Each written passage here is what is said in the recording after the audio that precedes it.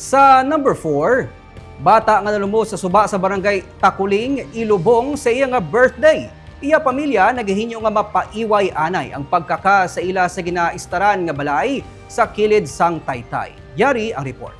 Day niya. I-celebrate ko pag inatay. Hindi man ko silencer nga Maghahanda pa man kuntani si Michelle Aligato para sa birthday sa iya anak nga si James Arnay sa Setyembre 22. Pero imbes nga mag-celebrate sa ikalimang nga kaadlawan ni James, ini mangin adlaw sang paglubong sa iya. Istorya ni Michelle, papauli na sila sa ila balay, ngayara lang sa kilid sang sapa sa purok paglaom sa barangay Takuling sang Biyernes ang hapon, sang madanlog sa ginaagyan nila nga pika-pika si James kag ang iya utod nga 7 ka tuig. Nahulog kag naanod sila sa Magsungay River. Na-rescue ang iya utod pero si James patay na sa ma-recover sa baybay sa barangay Singkang Airport sang Sabado.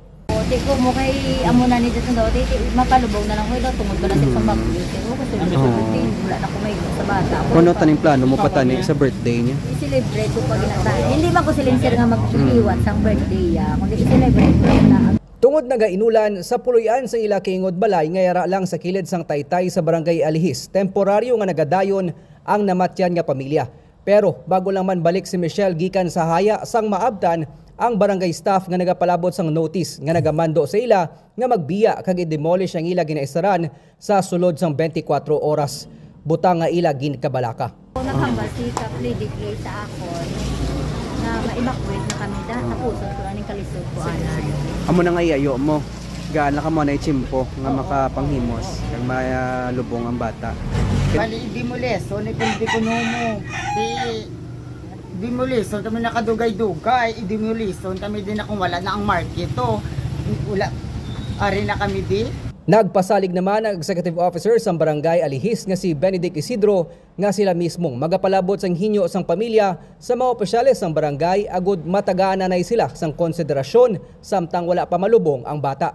Actually, ko kayo na last year pa no? Na illegal git natin sa may consideration ng barangay pumunta po sila. Ang clearing on magsila ko no tani daloning mga market yo sa ano. Niya sila wala ini ya. Why ni siya?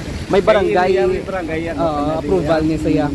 Kahapon lang sang nanawagan sang bulig ang pamilya bangod wala sila sang bisan inog bakal sang kape sa haya ni James.